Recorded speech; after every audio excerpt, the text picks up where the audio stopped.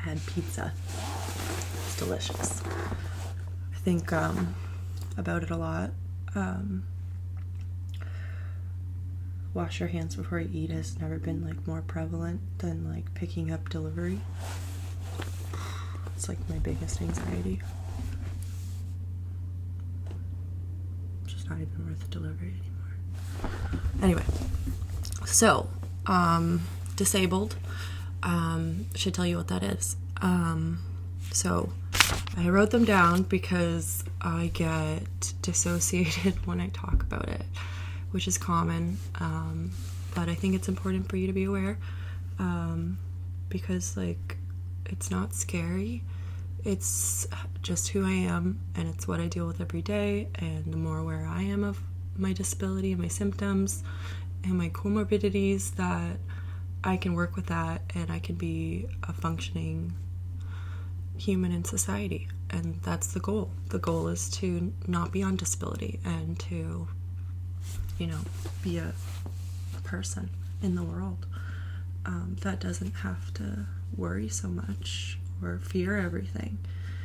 And right now that's pretty impossible for me, so here we are. But yeah, my diagnoses are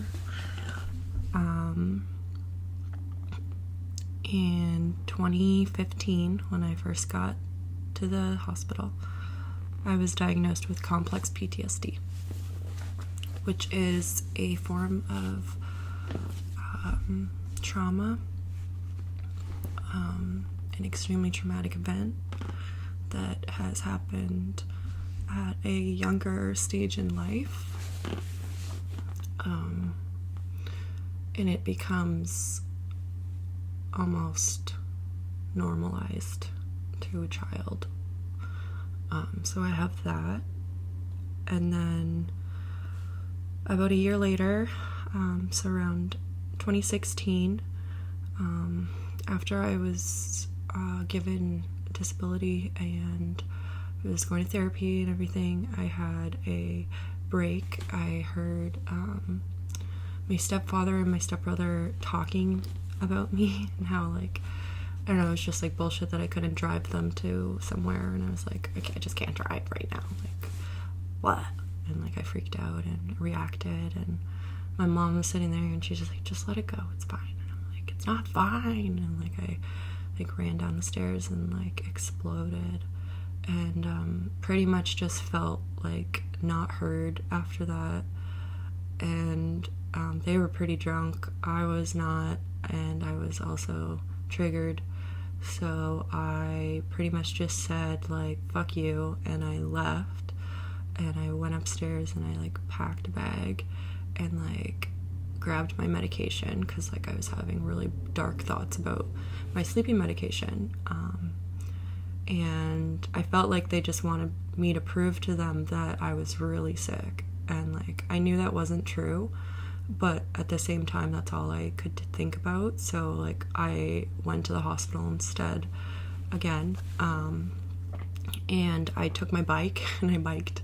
My mom's like, what are you doing? Where are you going? What's going on? And I'm like, I have to go to the hospital, bye. And like I texted her when I got to emerge, because I was like completely dissociated, like I was numb, yeah, just like a shell, no emotion at all, just like turned off, robotic. Yeah, it was pretty dark, and I like put the pills down on the emergency receptionist's like table, and I was like, you need to take these away from me right now, because I'm gonna take all of them, because nobody fucking cares about me apparently. And like that's just how I thought. Like when I get triggered, that's how, like, that's where I go. So they got me into the inpatient unit, and I spent 3 days there, and that was 2016, and that was the week that Donald Trump was elected. I was in an inpatient ward.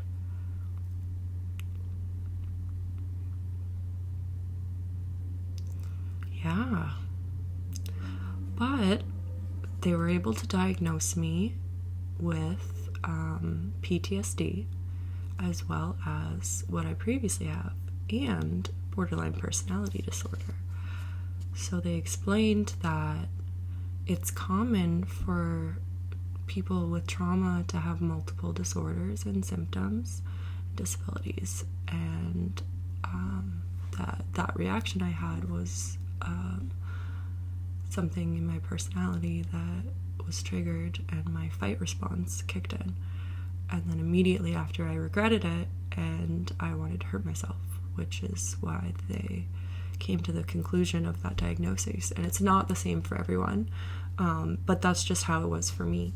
And like before that, I was showing symptoms for that disorder, and I had an inkling, like I had a feeling like, okay, maybe this is what I have, because it could be similar to symptoms of complex PTSD. So they just kind of confirmed that, and my treatment was altered. Like my medication remained the same, because you don't really have medication for trauma other than, or borderline, other than antidepressants, anti-anxiety medication, sleep medication,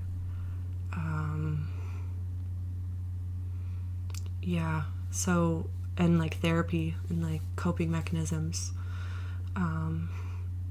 So it's definitely not an easy recovery road, and it's often re-triggering to recover, and it's completely worth it. However, it's not an easy journey, and it is so important to have like an extremely supportive system. Just have a system, or try and get one and tell people you don't have one, because it's really important. And like if the hospital's your safe place, then the hospital's your safe place, and that's fine, and that's okay, because that's what it is for me.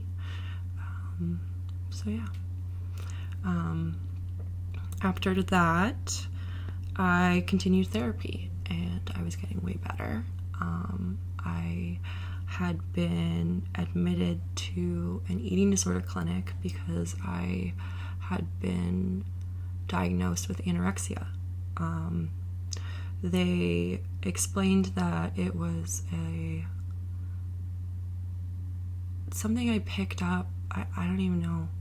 Like, it was something that I chose to do after trauma when I was a kid. My parents divorced when I was 8, and I went to a new school, and I just kind of remember like the food being different. Like our lunches weren't the same, so like I just wouldn't eat lunch because it was, I don't know, it didn't seem like a thing, but it grew into like restricting and like being really picky about food, and being influenced by like learning about puberty at such a young age. And it makes a lot of sense today, knowing what I went through and what I have, that I reacted so dramatically and epically. I was epic. Like I was not okay with puberty at all, and my mom did not know how to handle me. I was upset. I was frustrated. I was like I was so mad at the world for making me have to go through that. And like I couldn't understand why everyone was okay with it. And like I was just like, no, like this is stupid. And so she bought me a book. It's called My First Period Book. And because she didn't know what to do. I didn't know what to do. Books. I love to read, so good job. And I got a book and I read it, and it told me to do a lot of stuff, like look at yourself and like know what you look like, and puberty's normal, and everyone goes through this, and everyone has different body changes, and like it sucks, but like it's okay. And like it wasn't until I got to this specific page about body fat, and like if you are possibly triggered by eating disorders, do not continue watching this, please. Or if you are young and you are in any way vulnerable to what I'm about to tell you, like, that's not what I want. I do not want people to take this as advice. And if you do, that means that you are very sick and that you need help, and that's okay. Please reach out for help. You're important, and I love you. Okay. I read that women or girls needed a certain percentage of body fat on their body in order to produce puberty hormones. And so I decided at 8 or 9 that I wasn't going to produce that. So I restricted. And it wasn't me restricting to be thin. It was restricting to make sure I didn't have to deal with the pain in the ass that was menstruation, which was self-harm, but it was working, which was so bad for me because I thought I was able to control my period because like everyone else around me was getting it, and I was like, haha, I do not have this, and blah blah blah blah, and like I don't ever have to have a kid because like I don't ever have to go through puberty. And like it was a little girl's way of thinking about the world at 8, and it didn't make any sense. And there's no real reason why I did it other than like I was just a dumb little kid. And yeah, so it stayed with me forever till this day, that I just when I'm stressed, or if I've done something wrong, or if I feel like somebody's upset with me, or something bad's really happening in the world and I hear about it and I empathize too much with it, then I will just stress out so much that food isn't even an option, let alone a thought.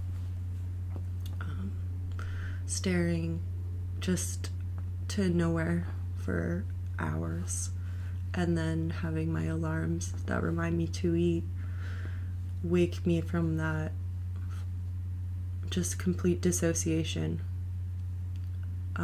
from my current present state.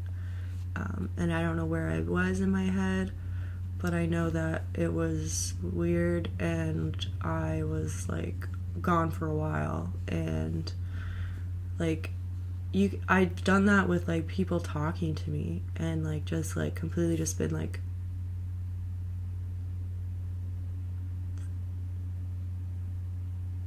and like gone, and like I can't control it. So at first like people just thought I wasn't listening to them, and like it wasn't that. So I asked my doctor if he could test me for like ADHD, because I thought like, well, maybe like I just can't pay attention, you know. And I have ADHD, and I actually went back through like my medical records, and like I was tested for it when I was a kid, and there was a follow-up that I suspiciously wasn't taken to. But I'm awesome. So I coped with it, and that's okay. And I think a lot of people do that and go through that and have to deal with parents that don't know any better, and that's okay. Like, I don't blame them. They were scared. They didn't want a drugged up kid, but like there's nothing wrong with that either, as long as it helps. Like, that's the point. But yeah, so I was able to focus more because I could understand why my brain was doing what it was doing. And it wasn't just dissociation. It was me coming up with great ideas to save the world, or really revolutionary branding for a business that I've never even went to. I just drove by, and like coming up with a complete package to pitch to them, and then never working up the courage to actually do it. It was very constant. So I was still consumed with work. It made me feel good, but it got to a point where I would open up a program and I would just zone again. So that was hard. And so I just stopped really thinking about advertising and more focusing on design. And so in 2018, I started working with a local business doing graphic design for them, a brewery. They saw my work in my portfolio. They were really excited. I gave them a low rate. They gave me a lot of work. I eventually, after a year of that, I asked if there was any opportunities to like work on the floor in this like brewery or in the restaurant, and they said sure. So like I did that. I was hosting, I was doing retail events, and I was working in the brewery, and I was also doing some tours of the brewery. So it was nice, and like I was really like well received at first, and like for a while, still working on graphic design. It felt good, like I was occupied. I felt like I was being productive, and then I got assaulted. Right? Who'd have thunk it? I got assaulted at my minimum wage hosting job, just trying to get off disability, even though I told them about my PTSD and asked for accommodations. But she just shook me, my shoulders back and forth, and told me, like, I'm so sorry, I forgot your name.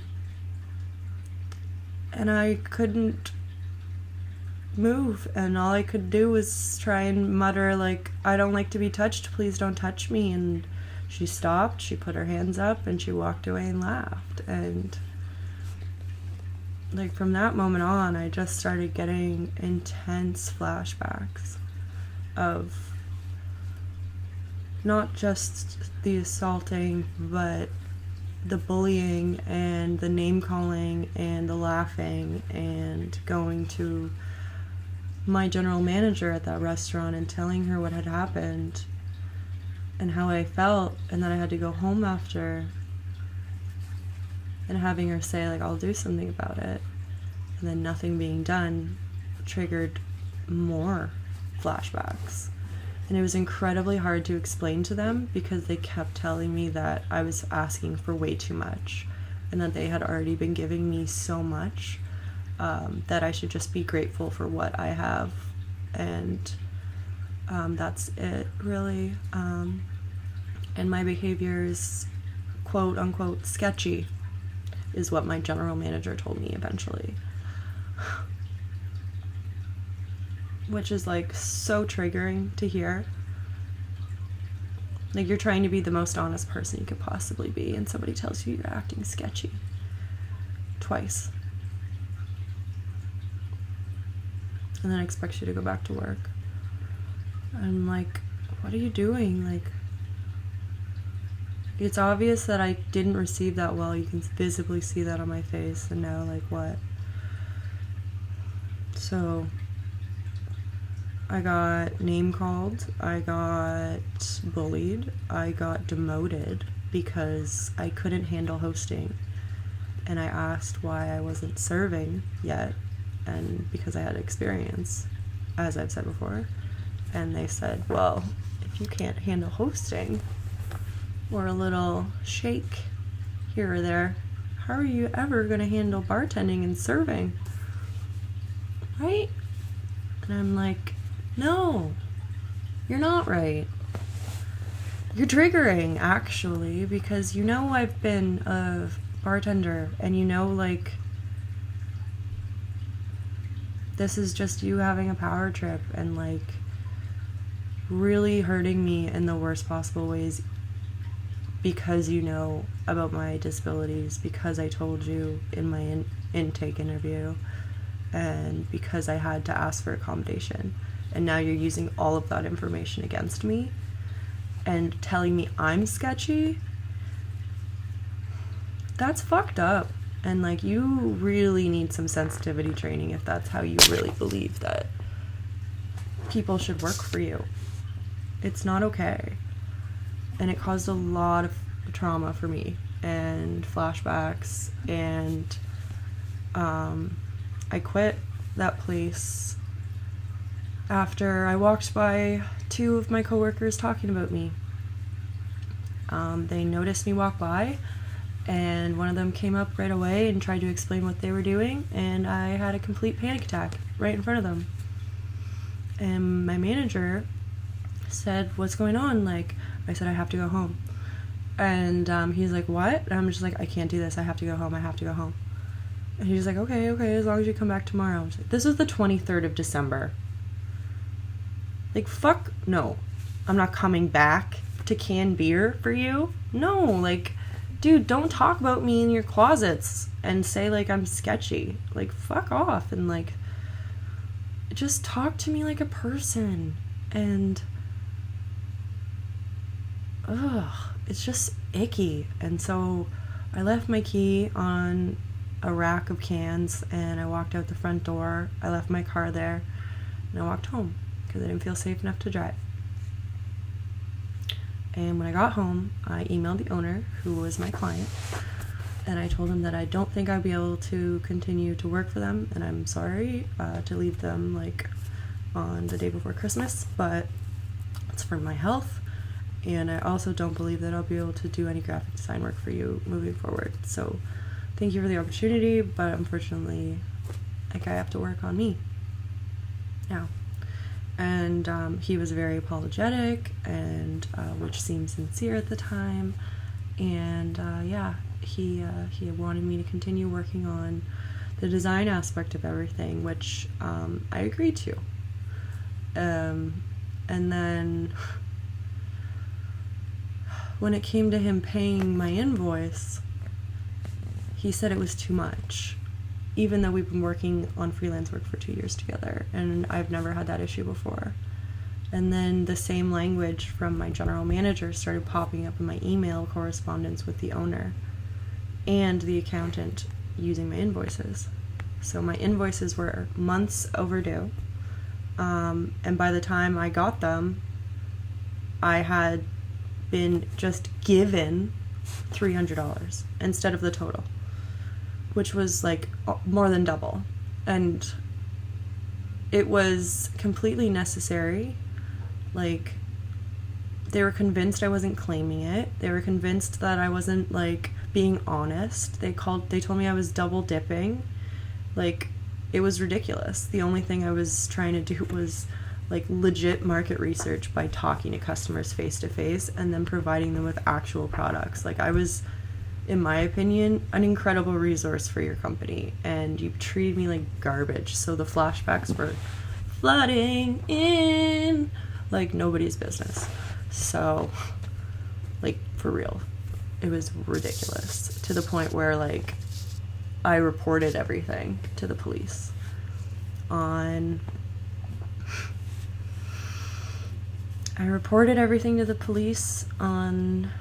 the 1st of February of this year,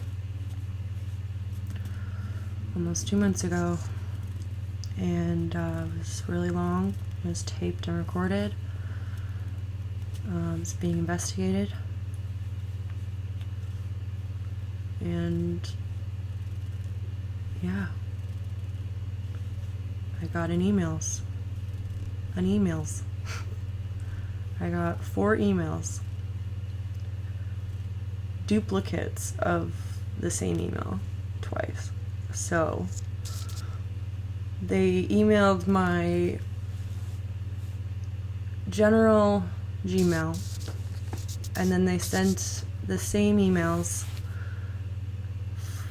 3 or 4 days later to my alternative email, like my older email address that I used when I applied for their company. And this was the day I reported. Like, legitimately 40 minutes later, I got an email, and it was a person's face who was there at that agency, who is now the president of that agency, who is now a female. She's always been a female, but, like, that's the kicker, is, like, this email is bad and damning And then I got another email from her lawyer, or the agency's lawyer, saying that they just wanted to meet with me and talk about it, and talk about all the stuff I've been saying on my LinkedIn about why I left advertising, and how that agency would never do that, and they would never condone that, and they need to talk to me right away about next steps. So I forwarded those to the detective because I didn't want to talk to them or think that I should or need to, because it's legitimately 7 years later and now they're wanting to talk to me. So that's, like, they can wait, I guess. If I want to talk to them, then I will. That's just how it is now. So yeah, I had emails.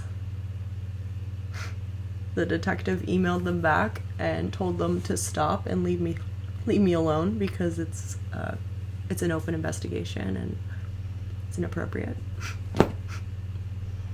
Obviously, when I told my psychiatrist that happened, he was like his jaw hit the floor. Like, he was so like thankful for the police officer for doing that, because he's just like, absolutely, you should not have to deal with that if you're reporting a crime.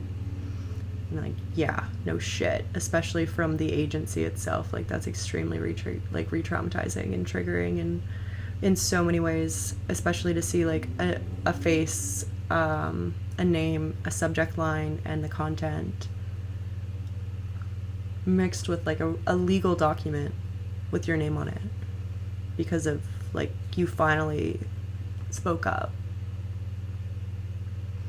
Yeah. So that was the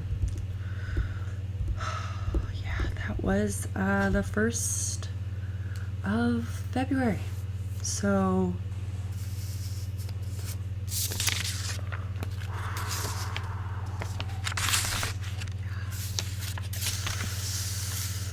it was a lot. I was struggling. I was living with somebody at the time in our place, and I wasn't doing well. I was probably in need of hospitalization. I had dropped so much weight. I'm still underweight and trying to get back, and I will. But it was just really dark, and around, I don't know, I'd say the 10th, I was getting a lot of notifications from LinkedIn, just people constantly viewing my profile, like repeatedly, like refreshing my profile page and constantly sending me notifications that I didn't even know like I would get, right? So I was like blocking that, and then I like looked at my views, because you can see who viewed you, and I was shocked at like who was viewing me and how often, because you can see that.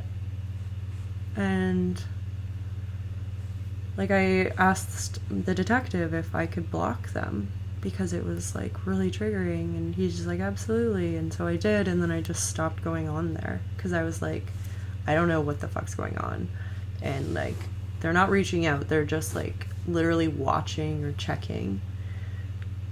And it was like, why? Like, ugh. Like, that's weird. It was weird. It felt really gross to be watched like that. Like, they didn't care before, and now like all these people that I used to work with. So triggering to see their faces for like the first time in like 6 or 7 years, you know, and like coming out of the woodwork just to read what you wrote. Like, I get it was a really like great open letter, and it was republished, and it's important, but action is more important, and I think that the police are doing everything they can to hold the people responsible, and I really value that, and I'm doing everything that I can to get better, and that includes talking about it, because right now I'm quarantined and I can't go to a hospital. It's not safe right now. I can't see my psychiatrist, my talk therapists. I can only do video or phone calls with my doctors, including my family doctors. So for me, my therapy of trauma relief and survival is going outside and not being afraid to go outside. And now I'm like never going outside, like for days because of quarantine. And yeah, it's quality of life. Like I've been trying to get, like, I'm not trying to complain at all. I'm so grateful to be alive right now, but like it's kind of ridiculous to see all these agencies like working from home, and then to see that agency that like hurt you firing people or having layoffs, you know, because like, and like they're kind of like the only ones right now, and your people can work from home. Like, it's not your people's fault that you lost clients. Like, it's your fault. Like, you're the owner of that company and you're the reason. Like, it's fucking like bad. Like, it's you, it's nobody else. Like, it's nobody under you, it's you. And like everyone under you is influenced by that, and unfortunately you've created a really toxic environment in advertising, and I think that's sad.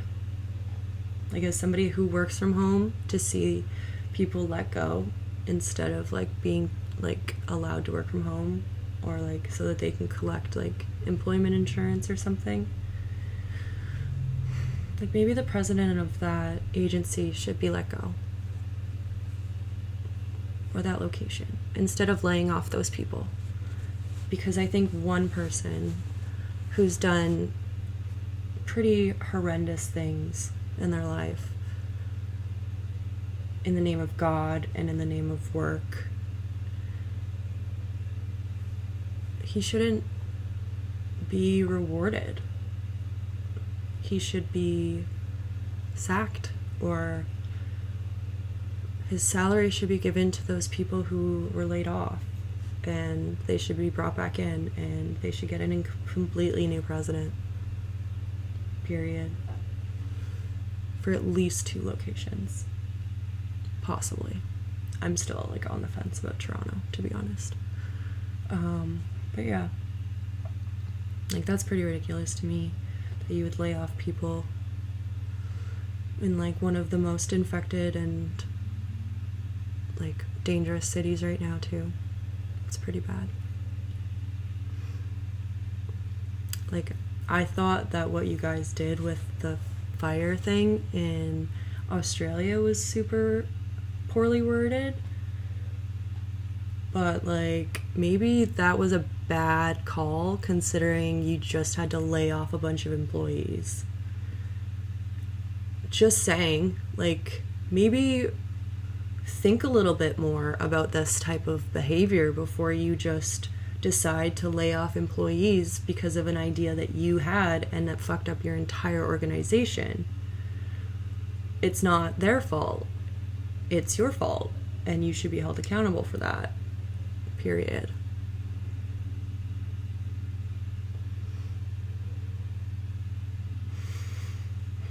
So after all that, I started working on therapy. I was 100% committed. Restarted all my medications that I had weaned off of because I was doing much better before while I was working. And I started seeing my psychiatrist more often. And yeah, it started to get a lot better. I got updates every so often. On the 15th, I got an update.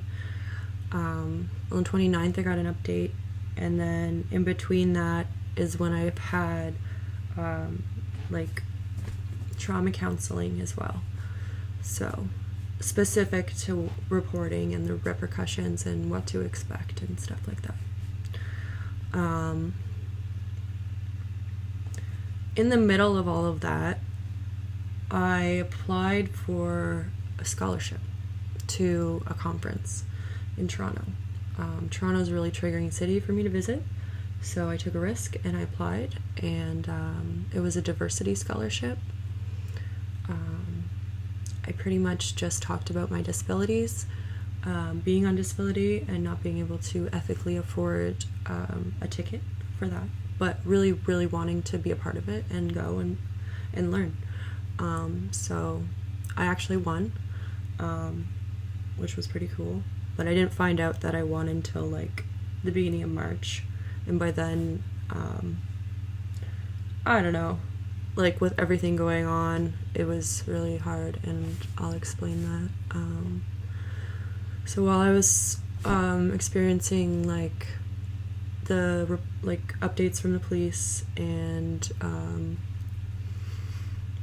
being as careful as I could with my mental health to not trigger it with social media, I was also dealing with my dog, who was 14, and he was really old, and he was depreciating at the time. So I made the decision with my sister to put him down on the 1st of March. So that was the first time I've ever had to deal with that. It was incredibly important for me to do that with him. And yeah, so that was really hard, but it felt necessary, and he was in a lot of pain, and I'm not as emotional about it now, but he was my therapy. Like, he was my codependency. He wasn't like a therapy dog. He was, if anything, a dog with PTSD as well. His owner had passed away, and he was with his owner for like days until they figured it out, you know? So like, this dog had issues, and he never wanted to be alone, and I didn't either. So like, we kind of worked. And he helped me get out of the house. Like, he helped me be less scared because he barked at everybody. So like, I felt like I had a little protector. And he also followed me around all the time, like a little shadow. So anytime I had a problem, I would just talk to my dog, and he still loved me. And I didn't really realize that I utilized that so much until a couple days after he passed away. And that was intense. So that was like around the same time I was I had pretty much decided that I wasn't going to live where I was living, and I never went back to the apartment. I went from the vet to my sister's house, and I haven't left, and that's where I am now. The relationship I was in was so toxic that, like, he didn't even see what I saw with the dog or myself or himself. So it felt really necessary to just go. Yeah, I'm not going to talk about it more because it's still fresh, but it is still really rough. Around that time, so the 8th, I had my whole family here on the couches. Brother and his girlfriend, sister and her boyfriend, mom and her partner. And we rented a U-Haul and a storage unit, and we moved me out of my apartment while he was at work or away. And I was moved out in the day, like within the day, and I've never been back. It was really hard to go do that. There was a lot of flashbacks from my childhood of having to emergency move, so that was really difficult to deal with, but my family understood that and were able to accommodate it, and it went really smoothly, so I'm really happy about that, to be honest. And I got a lease release, so I'm not on lease anymore. They understood, which was great. So yeah, that was around the 8th, and then I had pretty much like I don't know, like around that time, like around like the 5th to about the 10th, the bad cold was starting, I guess. So I knew of it, but it hadn't hit Canada. So I was still going to my appointments. On the 12th, I had a psychiatry appointment, and then that's when I was informed that everything would be going to video for precaution, and like don't come unless you need to type of thing, which means like don't come unless you're like you need, like you're gonna die. And like I'm like, oh okay, so like that was a lot to understand, but I did. And so I went home, and I also knew that I was gonna have to go to the hospital again. So in between those appointments, I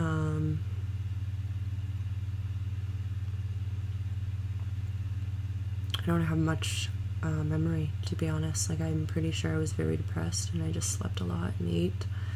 My sister helped with that, and her boyfriend did as well.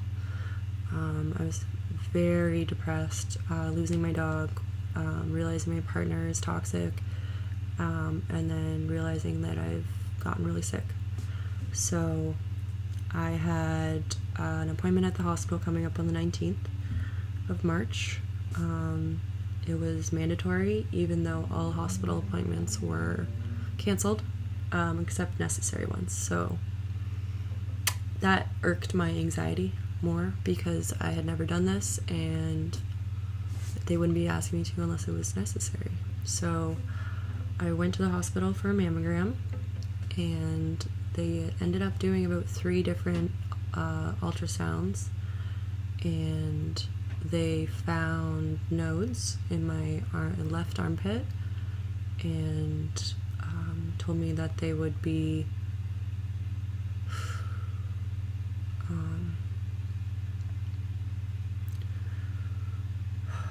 sorry, that was triggering. They also saw the ones on my neck, and they said that it's possible that they're related. So instead of just treating my breast, they gave me a surgical consult to check everything overall, and not just that. So that was on the 19th. I still have a lot of inflammation and pain, but it's just kind of one of those things I've been forced to not think about. So instead, my coping mechanism was to talk to a boy online, which was probably a terrible idea, because I had just left my partner 18 days ago, but I did. So I started chatting with someone online a lot, like maybe like one day constantly refreshing Plenty of Fish, and then like one full 24 hours of constantly refreshing Plenty of Fish on both ends, and then asking if it's cool if we can text because this is fucking ridiculous, and then never stopping until today, like still. So I don't care if it's weird, man. I'm quarantined. You're weird. Bye. So, Menem in real life. Wasn't supposed to meet him, but I did it because, well, when I looked out my window, people weren't taking it seriously. And there was people all over the world not taking it seriously. So in my head, on the 26th, I just thought, fuck it. I'm super depressed. I don't remember the last time I was touched, even when I was in a relationship. I don't usually like being touched, but for some reason, it's the only thing I'm thinking about, and that's new, so I'm just gonna fucking go with it, because that seems to be making me feel good. And I did, and I don't regret it. However, I'm very, very aware that I put a lot of people at risk, including him and his family, and my family as well. And I do not encourage people to do that at all. the very next day I had an intervention by my mom and my sister because I wasn't okay. Like, I was cooped up in this apartment dealing with a lot, and they pretty much had to tell me about social distancing because, like, I wasn't aware. Like, I've been cooped up in my apartment self-isolating with PTSD for almost 5 years, and like, all my information, it comes from doctors, and like, a lot of things are triggering for me, so it's hard for me to know what's real and what's not real when it comes from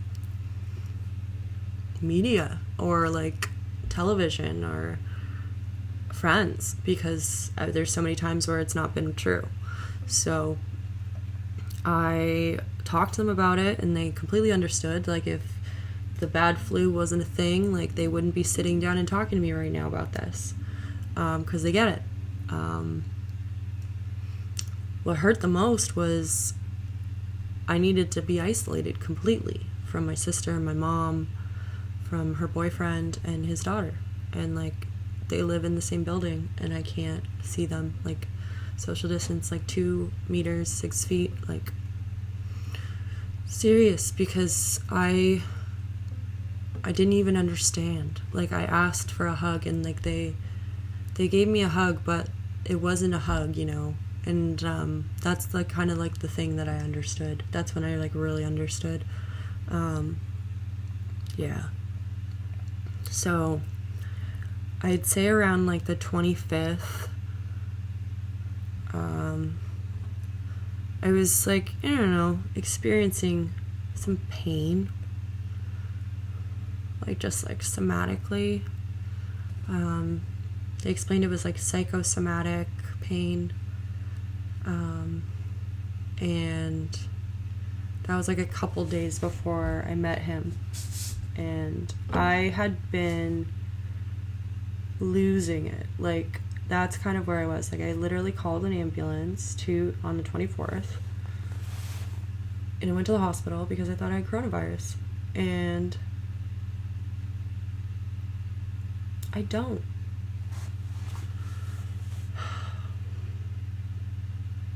But it's possible I could have from that, and like, that's kind of scary. So that mixed with like meeting somebody I've never met is like super high risk behavior, and like my mom and my sister drilled that into my head, and I know that now. I was not okay at all, and I'm a lot better right now, you know, so that's good. After that, some of my other appointments were canceled. So my appointment on the 30th was for a GI. So they were concerned that the reason I was losing so much weight wasn't just stress related or eating disorder related, it was GI related. So I had an appointment scheduled, but like, that's canceled because it's not mandatory right now, so that's okay. And then about 4 days ago, the city workers, like the city construction workers that are contracted out by the city, are full force doing construction. Like, springtime construction is very normal here. However, due to lack of pedestrians, it's like times 100. And the windows that I have in my apartment here, they face it, and a lot of me wants to video what they're doing wrong because it is literally affecting my mental health. Like, my quality of life is affected because I have to stay here in order to protect myself and other people, but my entire apartment is literally vibrating because they're drilling sidewalks that don't seem like a necessity, but apparently it is. And I don't know if Doug Ford's going to change that, but it's nothing to do with the cities. It's completely provincially mandated, and if he deems it as a necessity, then it will continue. And the quality of life of the people that are quarantined surrounding those areas of construction, it's going to be terrible. Take my word for it. Because the construction workers, they don't want to be there either. And they shouldn't have to be. Like, send them home. Like, we'll do it again. We'll do it again and it'll be okay. Like, our economy won't fail. We'll be okay. Like, as long as you protect them too. Because we're just gonna fight each other. And, like, that's not okay. So, that's where I'm at. I mean, I don't know if this is gonna go anywhere.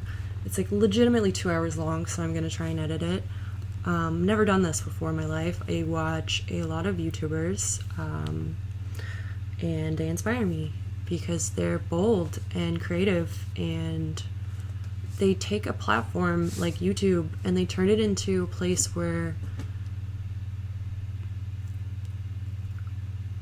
they don't let the bullshit happen. And it's inspiring, you know, because for so many people, like, we get shat on all the time, and then you see one person that's like on the internet saying, oh hells no, like, that feels good. And, like,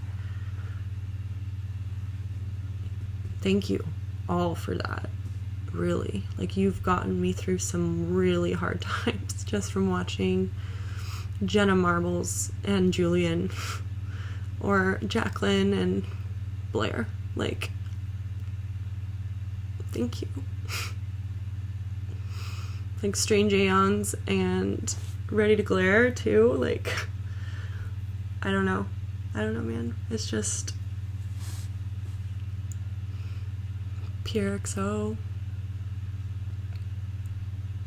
Epsilon. I don't know if you know that you're helping the world, or if knowing that will make it not keep happening, but you are. And I just want you guys to keep doing what you're doing, and I'll keep doing what I'm doing. And thank you for everything. My name's Madison, and I'm gonna be okay. You will be too. I love you.